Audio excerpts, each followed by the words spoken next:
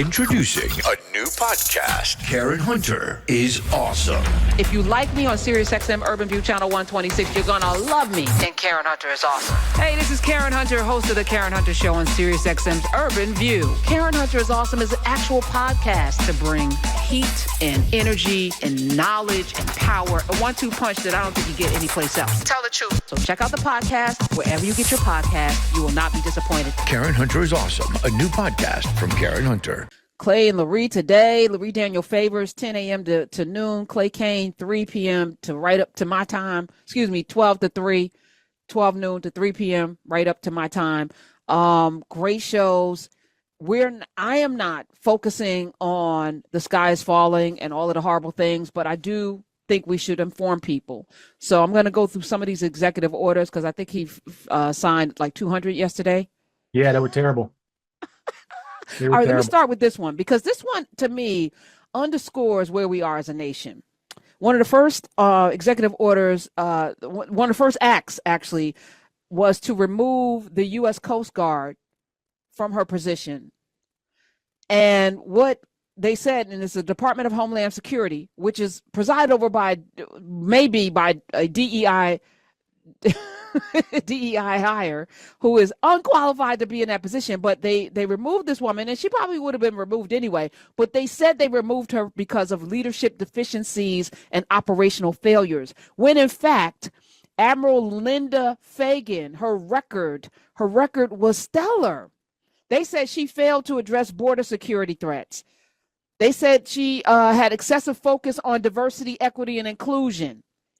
And this is why they were removing her. But the fact is, under Fagan's leadership, the Coast Guard met and in certain areas exceeded its recruiting goals for the first time in 6 years. Yeah. It got more people in. Her firing came as he was being inaugurated, and he signed the executive order Monday aimed at increasing the U.S. military's presence at the border because it's going down. People are being deported. There are death camps, camps that are already erected. And his pick for Secretary of Defense, Pete Hegseth, has said publicly that any general, admiral, or whatever that was involved in any of the DEI woke SHIT has to go. So they're saying just because she's a woman, yeah, she's a DEI, like she's automatically unqualified. And this is a white woman. So those of you who are like, understand that they're saying something right. It doesn't matter whether you're qualified. No. If you're black or you're a woman and you're in a position of power, you will be automatically labeled a DEI hire. Yeah. And subject to being dismissed, as this has happened. Trump's advisor, Elon Musk, he of the Nazi salute, he said that the military is that having wokeness is undermining the U.S. military and border security, and to spend money on racist, sexist DEI nonsense is no longer acceptable. They are saying something, and it's not what you think. It's worse. So I was like, they are, I don't know. They are like, they told us what they were going to do, right? I mean, this is one of those reasons why every time I see a congressperson, I saw Ayanna Pressley yesterday, told her the same thing. Every time I see any representative, I'm like, people on the left need to start embracing states' rights. We need to remove ourselves from as much of the federal government as possible because Democrats have shown over the course of decades that they have not been able to pass anything that substantially will hold up to conservative onslaught. They haven't. Since FDR, and that's barely holding on, right? Nothing has been able to hold on. And Republicans and conservatives have completely wiped those things out and turned the federal government into an arm of a Christian fascist state. We need to separate ourselves from it. I never thought I said this a couple of weeks ago. I am for states' rights. I live in Jersey, baby. And even though Phil Murphy's asking Trump for help, that's what you're supposed to do. You ask the federal government to come in and get rid of this oppression pricing that is happening, whatever they're calling it, this pricing.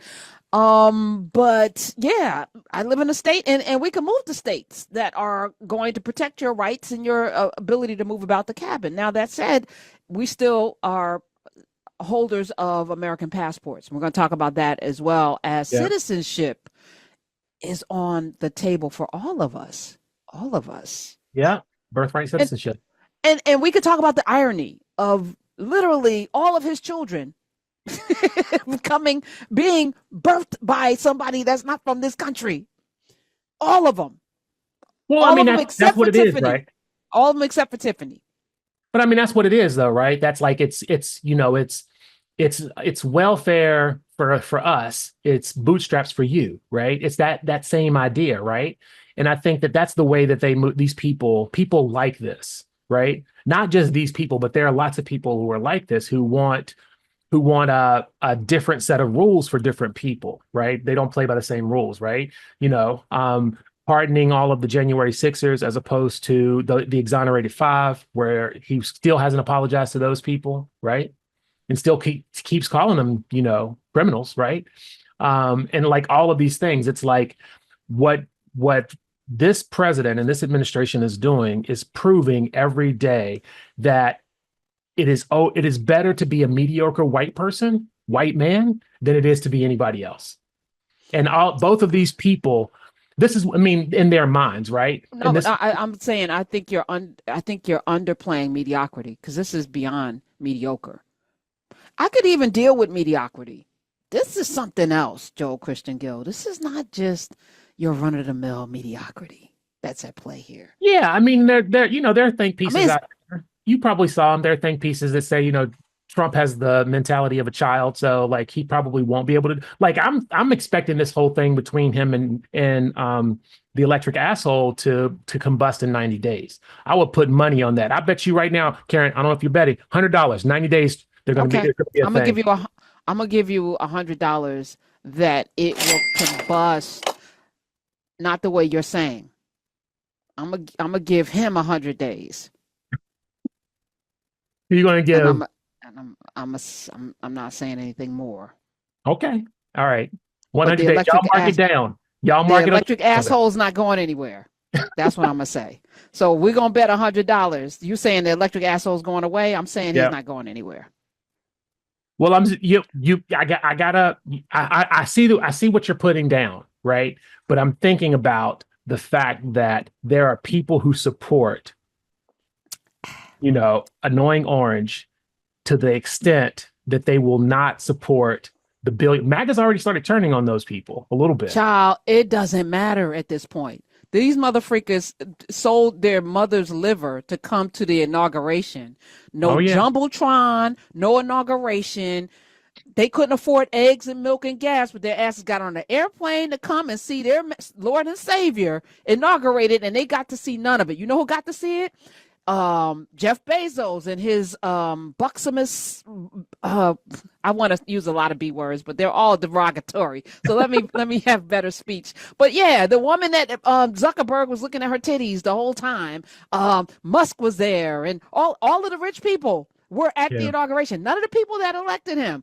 It's too late, Joel. It's too late. They're going to have buyer's remorse like a mug, and they don't care. Ramaswamy told them to their face that they don't matter. Now, he's gone, but he's not Elon Musk. I promise you. And they were clashing. But at the same time, though, one of the things that I want, this is the hope, right? This is the dirt under your knuckles, right?